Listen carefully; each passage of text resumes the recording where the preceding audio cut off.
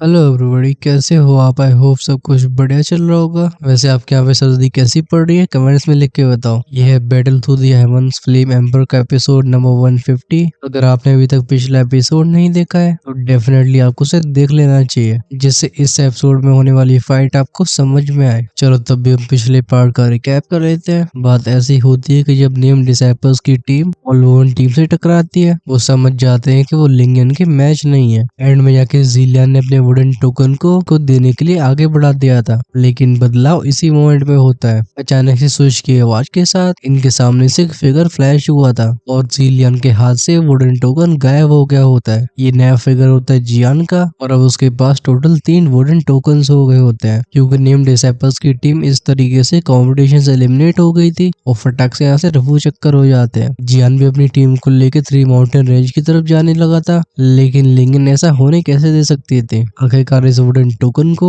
Just उसके हाथ के नीचे से छीना गया है। फिर क्या जियान की टीम और ऑल वुमन टीम के बीच में खतरनाक फाइट शुरू हो जाती है। ये बैटल काफी ज्यादा इंटेंस थी। सारी डिटेल्स आप पिछले एपिसोड को देख के जान सकते हो। अंत में जाके हार होती है वुमन टीम की, और लिंगन इन 3 माउंटेन रेंज के कुछ राज बताती है। इनके पास भी जो 2 टोकन्स होते हैं वो भी जियान को दे दिए जाते हैं। इस तरीके से जियान के पास हो जाते हैं 5 वुडन टोकन्स, क्योंकि अब ये थक चुके होते हैं। फाइनली डॉनिंग टीम, जो कि झाड़ियों से इस पूरे सीन को देख रही थी, वो एंट्री मारती है। ये सोच रहे थे कि जियान का ग्रुप, जो कि एग्जॉस्ट हो चुका है, वो इन्हें आसानी से एक वुडन टोकन दे देगा, लेकिन ऑफ कोर्स ऐसी चीजें होती नहीं है जैसा इन सभी ने सोचा था। फिर क्या आगाज हुआ था एक और युद्ध का।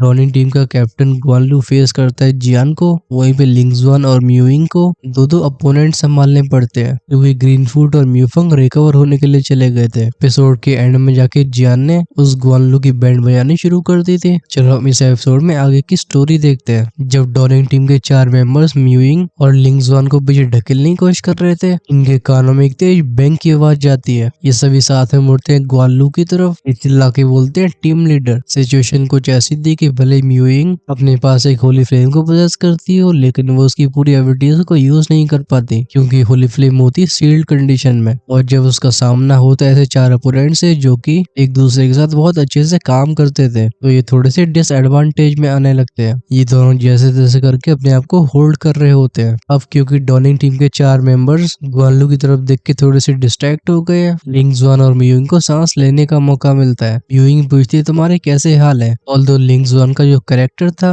वो म्यूइंग को बहुत ज्यादा पसंद नहीं आता है, लेकिन उसकी मिड स्टेज 6 स्टार दोदी के स्ट्रेंथ के ऊपर शक नहीं किया जा सकता। खासकर पिछली कुछ फाइट्स में लिंगजुआन ने जो लाइफ एनर्जी के ऊपर कंट्रोल दिखाया है, ये एक लेट स्टेज 6 स्टार 2 एम्पर का सामना करने के लिए भी काफी होता है। अभी लिंगजुआन की पैनी आंखें इस बैटलफील्ड को एनालाइज कर रही थी। वो कहती है, मैं ठीक हूँ, लेकिन इनका टीम वर्क कुछ ज्यादा ही अच्छा है। लगता है हमें अपनी रणनीति बदलनी होगी, क्योंकि अगर ऐसा ही चलता रहा तो जब तक जियान ग्वानलू को हरा पाता है, हम तब तक टिक नहीं पाएंगे। ये सुन के म्यूइंग थोड़ी सोच में पड़ जाती है और सीन शिफ्ट होता है जियान की तरफ। सबसे पहले हमें ग्वानलू का फिगर दिखाया जाता है, जिसके कपड़े जगह जगह से फट चुके होते हैं। उसके शरीर पे कई चोटों के निशान होते हैं और हम उसे खांसते हुए देखते हैं। बस उसकी आंखों से वो गुस्सा अभी गया नहीं होता। ग्वानलू, जो के अंदर से फ्रस्ट्रेटेड फील कर रहा था, वो जियान की तरफ सोलो में एक्सप्रेशन के साथ बोलते हैं, जियान, मैं मानता हूँ कि तुम स्ट्रांग हो, लेकिन अब मैं अपनी सबसे पावरफुल टेक्निक्स का यूज करने वाला हूँ। अचानक से जियान को ग्वानलू के शरीर में से एक टेरिफाइंग एनर्जी फील होती है। ग्वानलू कहता है, चलो मैं दिखाता हूँ कि एक पीक 6 स्टार 2 एम्पर कैसे स्ट्रेंथ को पोजेस करता है। तुरंत ही बूम बूम बूम की 3 वेव्स के साथ उसका ऑरा इरप्ट हुआ था। ग्वानलू के चारों तरफ 3 सफेद ऊर्जा से बने गोले घूमने लगते हैं। ये उसकी डिस्ट्रक्टिव पावर को और बढ़ा रहे थे। ऐसे सीन को देख के चियांगजेन बोलता है, ये टेक्निक, मुझे भरोसा नहीं हो रहा कि टीम लीडर को इसे भी यूज करना पड़ रहा है, क्योंकि जहाँ तक मुझे याद है कैप्टन ने इस टेक्निक को बस ग्राउंड टीम के लिए तैयार किया था। इंस्टिंक्टिवली हम उस भारी भरकम से चियांगजेन को पीछे जाते हुए देखते हैं। वो ग्वानलू की इस टेक्निक के चपेट में आना नहीं चाहता था। ग्वानलू के फियांसे एनली भी बोलती है, इस जियान ने सच में सारी एक्सपेक्टेशंस को क्रॉस कर दिया है। मुझे ग्वानलू के इसके बारे में पहले चेतावनी दे देनी चाहिए थी। अफसोस की बात है कि अब काफी देर हो चुकी है। वहीं पे टैंग शायाओं, जिसका कॉन्फिडेंस कम नहीं हुआ होता, वो कहता है, चलो हम बहुत डिले कर चुके हैं, हमें इसे जल्दी एंड करना होगा। तुम सभी जल्दी से अपनी स्ट्रेंथ को फोकस करके इन दोनों लड़कियों को हराओ। फिर बिना किसी हिचकिचाहट के डॉनी टीम के मेंबर्स म्यूइंग और लिंगजुआन के ऊपर टूट पड़ते हैं। सुनाई देती है बैंग बैंग की आवाजें। म्यूइंग और लिंगजुआन के माथे पर थोड़ा पसीना आने लगा था, और ये जिस तरीके से हर कुछ समय के बाद एक दूसरे को देख रही होती है, ये साफ था ये दोनों इस बैटल को खींच रही हैं। ग्वानलू के चारों तरफ घूम रहे उन व्हाइट ऑफ ऑफ्स को देख के जियान कहता है तो लाइफ एनर्जी की ऐसी पावर भी हो सकती है। गुआनलू आसमान की तरफ हंस के बोलते हैं हाँ हाँ हाँ, मैं इस पावर को तुम्हें खुद अनुभव करने का मौका दूंगा। जब एक व्यक्ति 6 स्टार 2 की टेबुलेशन को क्रॉस करता है उसके शरीर में लाइफ ऑरे का जन्म होता है। ये लाइफ एनर्जी द्विकी से कई गुना स्ट्रॉन्ग होती है। वहीं पे मेरा एट्रीब्यूट है विंड और ये तीनों सफेद रंग के और ये उसकी मैनिफेस्टेशन है, मतलब कि उसका रूप है। मैंने इन तीनों को परफेक्शन तक कल्टिवेट किया है। अभी गुआनलू की आवाज में गर्व अलग से ही झलक रहा था। अभी जियान के दिमाग में शिनयान की आवाज गूंजती है। वो कहता है ही भले ही लाइफ एनर्जी की तारीफ कर रहा हो लेकिन ये मेरी फ्लेम से दूर दूर तक कंपेयर नहीं करी जा सकती। मुझे लगता है अगर तुम्हारे पास मेरी फायर हार्ट टियानियन भी नहीं होती तब भी तुम अपनी एम्पर फ्लेम से इसका सामना कर पाते। जियान जिसे इन चीजों के बारे में काफी कम जानकारी होती है, शिनयान के ऐसे दिलासे को सुन के उसकी आंखें चमकने लगती है। वो शिनयान की बातों को मान के गुआनलू की तरह हैंडसीज को चेंज करता है। बैटलफील्ड में 3 क्रैकलिंग आवाजें गूंजती हैं। जियान के सामने मेटेरियलाइज हुए थे 3 फायरी ऑर्ब, ये तेजी से घूमना शुरू कर देते हैं और इनमें से जो हीट रेडिएट हो रही होती है वो हवा को डिस्टॉर्ट कर रही थी। ये गुआनलू के विंड एनर्जी ऑर्ब से बिल्कुल अलग थे। जब गुआनलू देखता है कि जियान ने भी उसकी ऐसी टेक्निक को परफॉर्म किया है उसका चेहरा एकदम गुस्से से भर जाता है। वो धाड़ के बोलता है तुम्हारी मेरी टेक्निक की नकल करने की हिम्मत हो गई। इसके जवाब में जियान बस एक स्माइल दिखाता है। वो कहता है इधर आओ, मैं भी तुम्हें बताता हूँ कि लेट स्टे 6 स्टार 2 एम्परर की स्ट्रेंथ कैसी होती है। गुआनलू चिल्ला के बोलता है फैंजी रोश। वो तीनों विंड एनर्जी ऑफ हवा को चीरते हुए अपनी डेवास्टेटिंग फोर्स को लेकर जियान की तरफ आगे बढ़ गए थे। इन्हें देख के जियान अपने दोनों हाथों को साथ में लाता है। फिर उसने एक बार ताली बजा दी थी। अचानक से उसके पैरों के नीचे की जमीन कांपती है। अटैक का नाम होता है स्टोन ग्रेवल बरियल। अचानक से बूम की आवाज के साथ जियान की बॉडी में से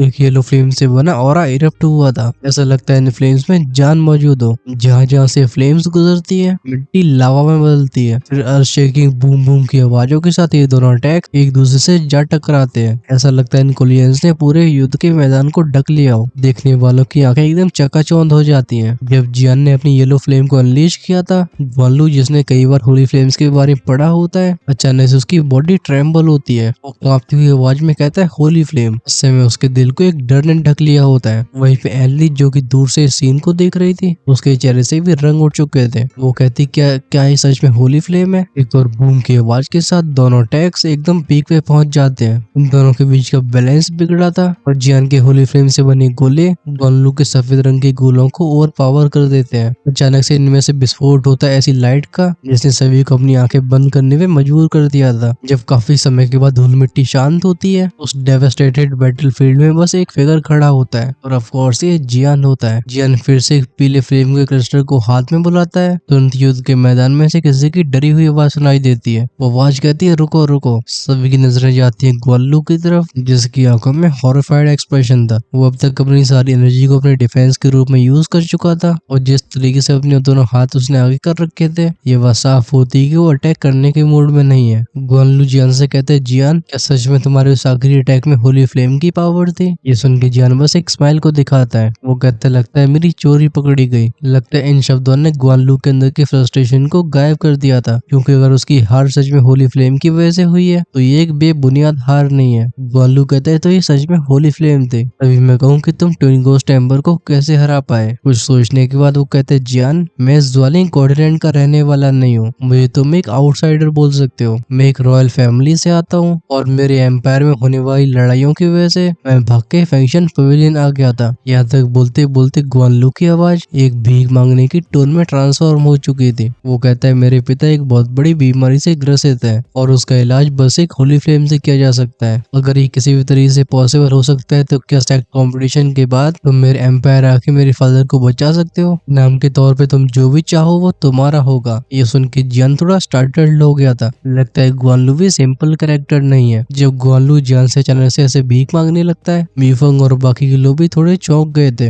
आखिरकार कुछ समय पहले गुआनलू का प्राइडफुल हो रहा ये उसे ऐसा दिखा रहा था जैसे वो कभी झुक नहीं सकता हो, लेकिन लगता है अपनी पिता की जान को बचाने के लिए वो सच में किसी भी हद तक जाने के लिए तैयार है। कुछ सोचने के बाद जियान अपने सर को हिला के बोलता है इंपीरियल पॉलिटिक्स कुछ ज्यादा ही पेचीदा है, मैं इसमें इन्वॉल्व नहीं होना चाहता। अभी जियान का फोकस साफ होता है। वो इससे कंपटीशन के बाद जूनर से मिलने के लिए जाएगा और साथ में अपने क्लैन के सीक्रेट्स भी उसे खोजने हैं। जब जियान पीछे मुड़ने वाला था तभी हम गुआनलू को थर्ड की आवाज के साथ घुटनों पे आते हुए देखते हैं। वो जियान से डेस्परेशन से भरी आवाज में कहता है जियान मैं तुमसे भीख मांगता हूँ। गुआनलू को इस तरीके से देख के डॉनिंग टीम के सारे मेंबर्स एक एकदम शॉक हो जाते हैं। सभी साथ में चिल्ला के बोलते हैं कैप्टन, लेकिन ग्वानलू इन सभी की तरफ बिल्कुल ध्यान नहीं देता। अब जियान भी इतना हार्टलेस नहीं था कि वो किसी की जेन्युइन सिंसियरिटी को इस तरीके से ठुकरा दे। वो फाइनली साय करके बोलता है ठीक है, अगर तब मुझे समय मिलता है तो मैं जरूर आऊंगा, लेकिन मैं सफलता की गारंटी नहीं ले सकता। ये सुन के ग्वानलू का चेहरा तुरंत ही खिल गया था। वो तुरंत ही जियान की तरफ हाथ कप करके उसे थैंक यू बोलता है। वो फिर से खड़े होके बोलता है, लेकिन मैं सेट कंपटीशन में बिल्कुल होल्ड नहीं करूंगा। मैं भी उम्मीद करता हूँ कि तुम भी अपनी पूरी स्ट्रेंथ का इस्तेमाल करोगे। ये सुन के जियान हल्के से नोड करता है। ग्वानलू अपनी टीम की तरफ देख के बोलता है, मैं और अनली वे स्लोलेन माउंटेन से बाहर जा रहे हैं। फिर उसकी नजरें बाकी के टीम मेंबर्स की तरफ जाती हैं। वो हिचकिचाते हुए बोलता है, और तुम तीनों? तुरंत ही च्यांगजेन आगे बढ़ के बोलता है, कैप्टन आप चिंता मत करो, अगर जियान आपकी हेल्प कर सकता है तो हमारे सामने कंपटीशन कुछ नहीं है, हम आपके साथ चलेंगे। ये सुन के फाइनली ग्वानलू के चेहरे पे रिलीव्ड स्माइल आती है। अपनी स्टोरी में से वुडन टोकन्स को बाहर निकाल के ग्वानलू ने जियान को दे दिया था। वो कहता है, जियान ये तुम्हारे लिए है, लेकिन ग्राउंड टीम को हराना इतना आसान नहीं होगा, लेकिन मैं तब भी तुम्हारी स्ट्रेंथ के ऊपर भरोसा करता हूँ। इन आखिरी शब्दों के साथ ग्वानलू और उसकी टीम इस सेक कॉम्पिटिशन से अपने कदम पीछे ले लेते हैं। मीफंग आ गया था जियान के बगल में। वो कहता है, तो सिचुएशन इस तरीके से ही बदल सकती है। यही लगता है जियान तुम्हारे पास सच में बड़े बड़े सीक्रेट्स हैं। इसके जवाब में जियान उसे घूरते हुए बोलता है, चुपचाप रहो, तुम जाके अपनी दुखी को रिकवर क्यों नहीं करते। मीफंग सू की हंसी के साथ हाई लेवल की मेडसेविल को गटक लेता है। बाकियों की भी कुछ ऐसी हालत थी।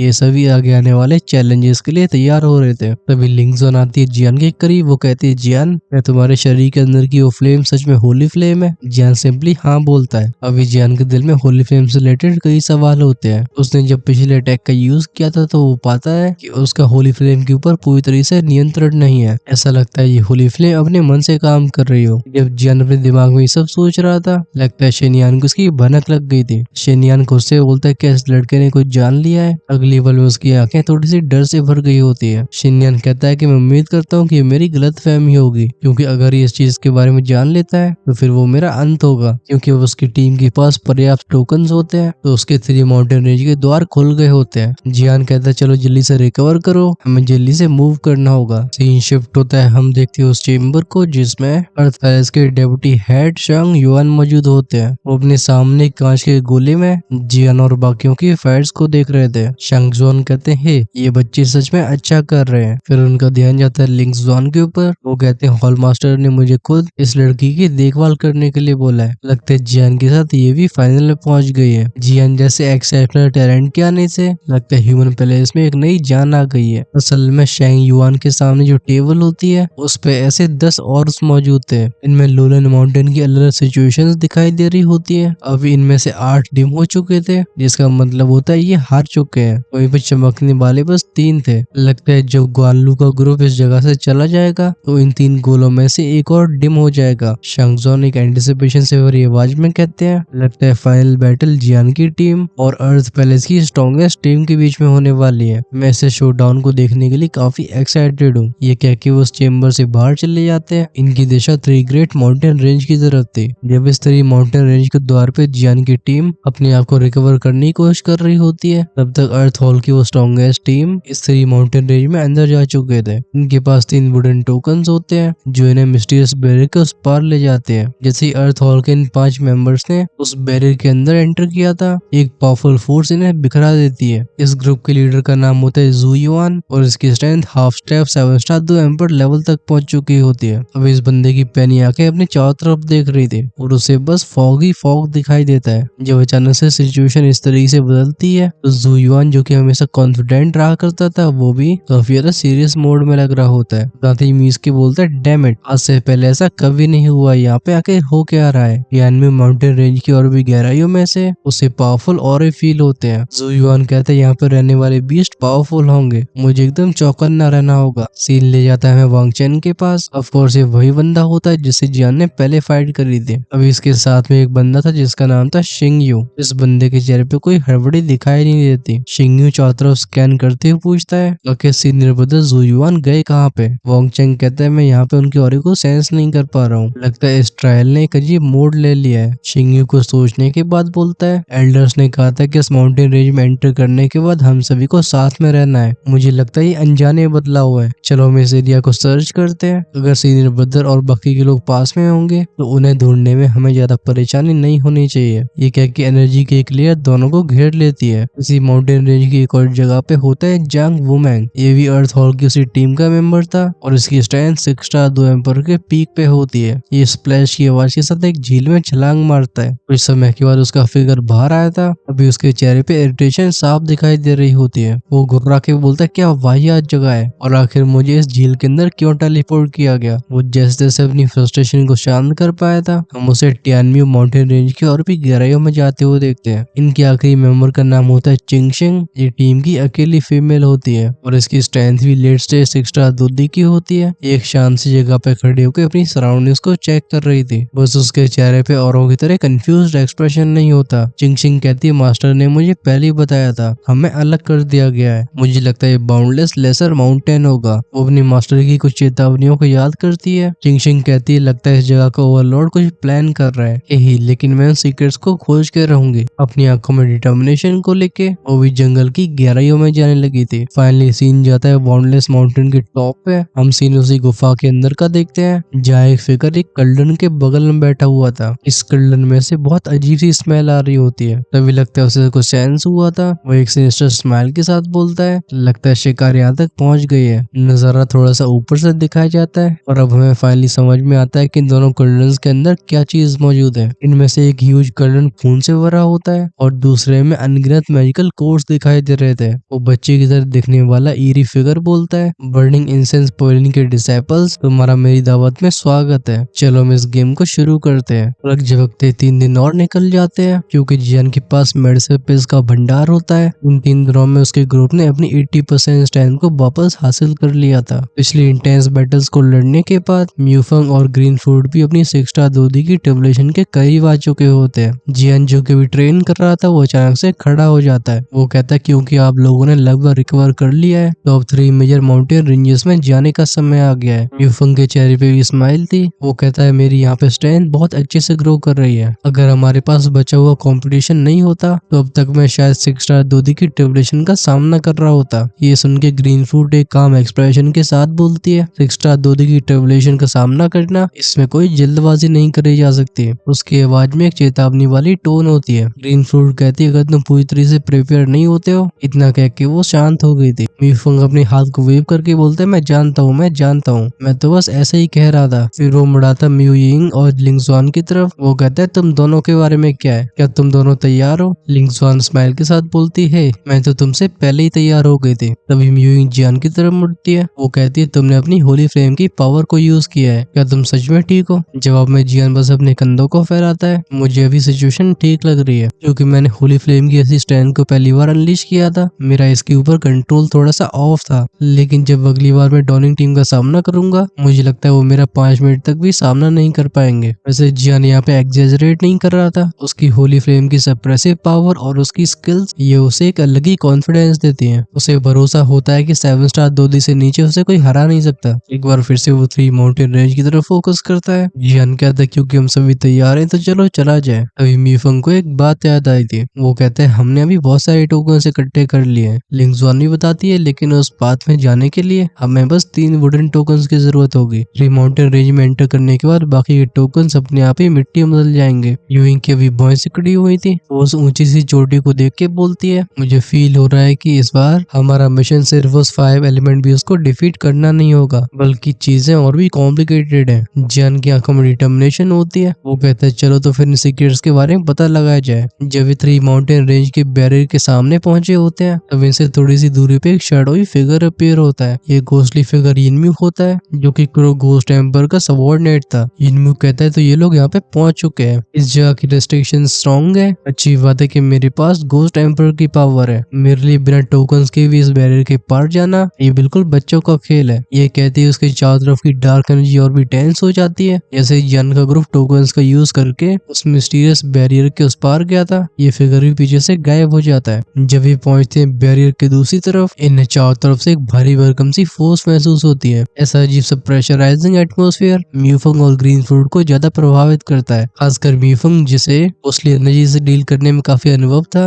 वो इस जगह के वातावरण को काफी जाना पहचाना पाता है। वो कहता है डैम इट, तो यहाँ पे घोस्टली क्रीचर्स भी मौजूद है। लगता है ये आसान नहीं होने वाला क्योंकि अर्थ हॉल की टीम की तरह ये भी बिखर गए थे। तो म्यूफंग कहीं और था और बाकी की टीम मेंबर्स कहीं और होते होते हैं। लिंगजुआन और ग्रीनफूट अपने आप को टियानम्यू माउंटेन रेंज में पाते हैं। ये जगह अपने डेडली बीस्ट के लिए जानी जाती थी। ग्रीनफूट एक चिंता से भरी आवाज में कहती है, बाकी लोग कहाँ गए? उसके बगल में थी लिंगजुआन। अपनी पूरी स्पिरिचुअल को फैलाने के बाद भी जब उसे कोई सेंस नहीं होता, वो अपने सिर को हिलाती है। लिंगजुआन कहते हैं, यहाँ पे कुछ सही नहीं है, क्योंकि मैं पिछले सेक कॉम्पिटिशन को भी देख चुकी हूँ। यूजुअली चीजें ऐसे नहीं होती हैं। उसके पिता जो कि अर्थ हॉल के पैलेस मास्टर होते हैं, उन्होंने लिंगजुआन को कॉम्पिटिशन के बारे में काफी कुछ बताया होता है। लिंगजुआन कहती है, हमें किसी भी अनएक्सपेक्टेड सिचुएशन के लिए तैयार रहना होगा। एट द सेम टाइम जियान और म्यूइंग फ्री माउंटेन रेंज की सबसे खतरनाक जगह पे टेलीपोर्ट हो जाते हैं। ये होता है बाउंडलेस माउंटेन। अपीयर होने के बाद म्यूइंग के अंदर की होली फ्लेम तुरंत ही एजिटेट होने लगती है। वो कहती है, जगह सही नहीं है, चारों तरफ धुआं और शेडोज फैली होती हैं। जियान नोड करके बोलते हैं, हाँ, इस माउंटेन के बारे में कुछ अनयूजुअल है। चलो हम करीब रहते हैं जिससे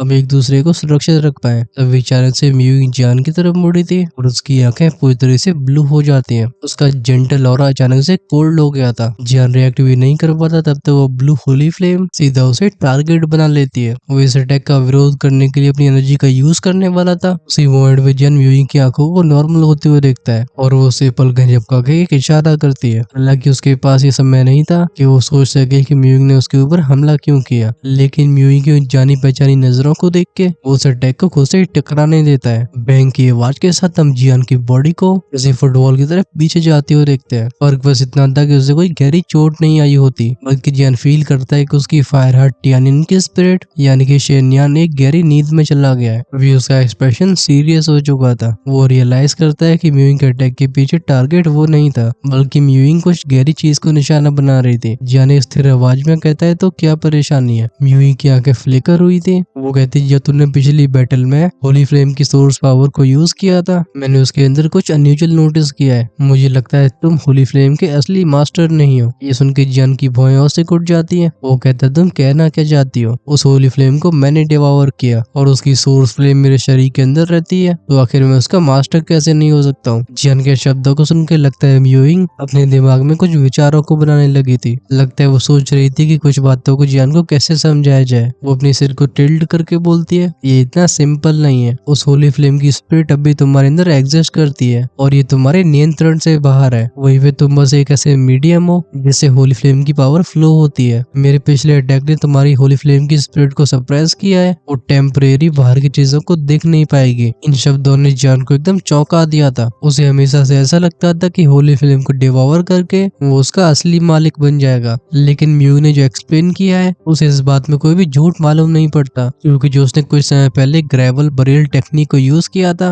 वो उसके हिसाब से इतनी कमजोर नहीं होनी चाहिए थी। लगता है उसके असली पोटेंशियल को होली फ्लेम ने कम कर दिया है। जियान एक हैवी आवाज के साथ म्यूइंग से पूछता है, क्या तुम ये कह रही हो कि मेरे अंदर की होली फ्लेम स्पिरिट मुझे होली फ्लेम की पूरी पावर को अनलीश नहीं करने दे रही है? जवाब में म्यूइंग तुरंत ही नोट करती है। वो कहती है, एग्जैक्टली, अगर वो होली फ्लेम सच में तुम्हारी होती तो तुम्हारे द्वारा इस्तेमाल करी गई उस टेक्निक ने वनलू को पूरी तरह से ओवरवेल्म कर दिया होता। आखिरकार होली फ्लेम दोदी कॉन्टिनेंट के सबसे पावरफुल एग्जिस्टेंसेस में से एक है, लेकिन लगता है तुम्हारे शरीर के अंदर जो होली फ्लेम रिजाइड कर रही है उसके अपने कुछ अलग प्लान्स हैं। ये सुन के जियान एकदम शांत रहता है। वो इन शब्दों को पचाने की कोशिश कर रहा था। थोड़ी देर तक और कुछ सोचने के बाद म्यूइंग आगे बोलती है, हर एक होली फ्लेम के पास अपनी स्पिरिट होती है। ये होती है कॉन्शियसनेस जो कि होली फ्लेम की पावर को सच में कंट्रोल कर सकती है। इस वजह से अगर तुम होली फ्लेम को सच में अपना बनाना चाहते हो तो तुम्हें बस इसकी पावर को ऑब्जॉर्व नहीं करना होगा, बल्कि इसकी स्पिरिट के ऊपर भी जीत हासिल करनी होगी, क्योंकि ऐसा करने के बाद ही तुम्हारा होली फ्लेम के ऊपर पूरा कंट्रोल होगा। क्योंकि जियान की पहली होली फ्लेम होती है और उसके पास गोल्डन ड्रैगन का भी साथ नहीं था। वो काफी कंफ्यूज होता है। जियान पूछता है, तो क्या किया जाए? म्यूइंग के चेहरे पे आई थी एक स्माइल। वो कहती, तुमने तब मेरी 6 स्टार दोदी ट्रिबुलेशन का सामना करने में हेल्प करी थी, अब उस एहसान को चुकाने का लगता है समय आ गया है। वो एक कदम जियान की तरफ आगे बढ़ाती है। एक और फिर से उसकी आंखें एज्योर होने लगती हैं। वो कहती है, अगर तुम सच में होली फ्लेम को कॉन्कर करना चाहते हो तो तुम्हें स्पिरिट को डिवॉर करना होगा। ऐसा करने के बाद ही तुम्हारी कहलाएगी। ऑफ कोर्स ऐसा करने की प्रक्रिया बिल्कुल आसान नहीं होने वाली, क्योंकि होली फ्लेम की स्पिरिट्स इंस्टिंक्टिवली इंसानों से नफरत करती हैं। ये इतनी आसानी से तुम्हारे सामने सरेंडर नहीं करेगी। जब वो सोचता है कि उसे शिन्यान को डिवॉर करना होगा, जियान स्टन्ड हो गया था। ये आइडिया काफी ज्यादा डेंजरस होता है, लेकिन उसे लगता है कि सेंस बना रहा है। म्यूइंग कहती है, ठीक है, अपनी आंखों को बंद करके फोकस करो, मैं देखती हूँ कि क्या मैं तुम्हारी हेल्प कर पाती हूँ। जियान वहीं पे जमीन पे बैठ के अपनी आंखें बंद करता है। अचानक से उसे गर्माहट महसूस हुई थी। वो फील करता है म्यूइंग की होली फ्लेम को। जियान को लगता है कि होली फ्लेम उसकी स्पिरिट को सेंस करने की कोशिश कर रही हो। कुछ पलों के बाद मियुंग ने अपनी पावर को वापस ले लिया था। वो साय करके बोलती है, नहीं, तुम्हारे शरीर के अंदर की होली फ्लेम की स्पिरिट है वो कुछ ज्यादा ही स्ट्रॉन्ग है। इसे सिर्फ कोई 7 स्टार दूधी या उससे ऊपर वाला ही हैंडल कर सकता है। अगर तुम इसके ऊपर अभी फोर्स का इस्तेमाल करते हो तो ये तुम्हारी बुनियाद को नुकसान पहुंचा देगी। अभी जियान भी अपनी आंखें खोल चुका था। चीजों को गहराई से सोचने के बाद वो कहता है, मैं समझ गया, मैं कुछ समय के लिए सावधान रहूंगा। मियुंग नॉड करके बोलती है, गुड, तुम्हें अभी अपना पूरा फोकस अपने आप को स्ट्रॉन्ग बनाने पे करना चाहिए, क्योंकि जब समय आएगा तब तुम इस स्पिरिट का सामना कर पाओगे। थोड़ी और बातचीत के बाद ये दोनों बाउंडलेस माउंटेन की ओर भी गहराइयों में चले जाते हैं। ये जैसे जैसे पहाड़ की ओर भी ऊपर जा रहे थे,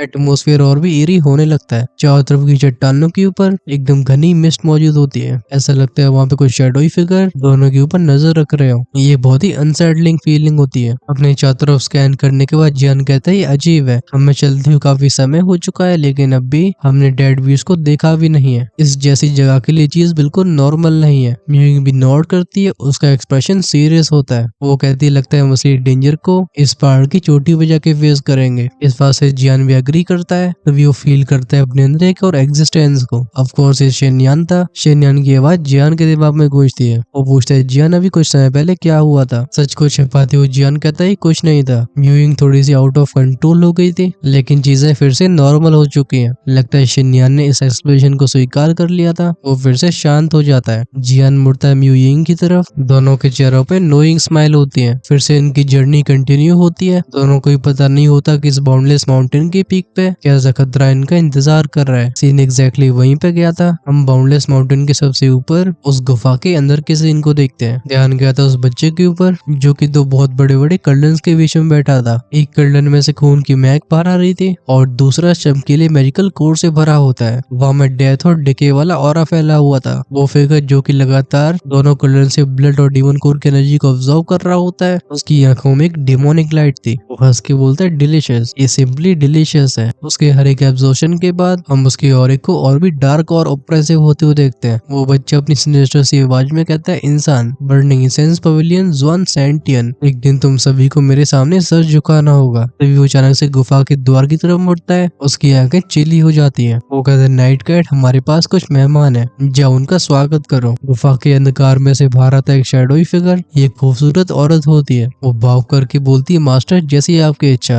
अगले पल में हम उसे धुएं में मिलते हुए देखते हैं। नजारा फिर से जियान और मियुंग की तरफ का दिखाया जाता है। जब एक ऑपरेसिव ऑरा इनके ऊपर से गुजरा होता है, ये दोनों वहीं पे थम गए थे। मियुंग जो कि अपनी भौं से घोड़ के चारों तरफ देख रही होती है, वो जियान से कहती है, केयरफुल। ऑफ कोर्स इस चेतावनी की जियान को जरूरत नहीं होती है क्योंकि उसकी स्पिरिचुअल स्ट्रेंथ मियुंग से भी पावरफुल थी और वो भी करीब आने वाले खतरे को महसूस कर पा रहा था। चलो हम दोनों को मेंटली प्रिपेयर होने का समय देते हैं। तुम्हारे भाई की तबीयत भी कुछ खास अच्छी नहीं चल रही है और ये तुम्हें आवाज से ही मालूम पड़ रहा होगा। मैं तब भी कोशिश कर रहा हूँ कि एपिसोड्स में किसी भी तरीके का गैप ना हो। आपका एक्सप्रेशन कैसी लगी है कमेंट्स में लिख के जरूर बताइएगा। वैसे अगर आपको याद है तो इस बाउंडलेस माउंटेन में सिर्फ जियान की टीम नहीं है बल्कि यहाँ पे अर्थ हॉल की स्ट्रॉन्गेस्ट टीम के मेंबर्स भी मौजूद है। इस वजह से बाउंडलेस माउंटेन किंग की बिल्ली किसके ऊपर झपट्टा मारेगी इसके ऊपर भी डिस्कशन किया जा सकता है। क्या चिंता करने की जरूरत नहीं है क्योंकि नेक्स्ट एपिसोड में फोकस इस नाइट कैट के ऊपर ही होने वाला है। हम उसमें कई अजीब चीजों को देख रहे होंगे और अगर आप उसे मिस नहीं करना चाहते हो तो चैनल को सब्सक्राइब करके बेल आइकन के बटन को ऑन करके रखो। इससे रिलीज होते वीडियो सबसे पहले आपके पास पहुंचे। ऑफ कोर्स जिनसे नेक्स्ट एपिसोड का वेट नहीं होता है वो ज्वाइन कर सकते हैं हेल गार्डन की मेंबरशिप को, जिससे आप एपिसोड को रिलीज होने से पहले एंजॉय कर पाओगे। ज्वाइन का बटन चैनल के होम पेज पे मिलेगा। चलो हम वीडियो को यहीं पे रैप करते हैं। जाने से पहले लाइक करना मत भूलना। Stay safe, tata, bye bye.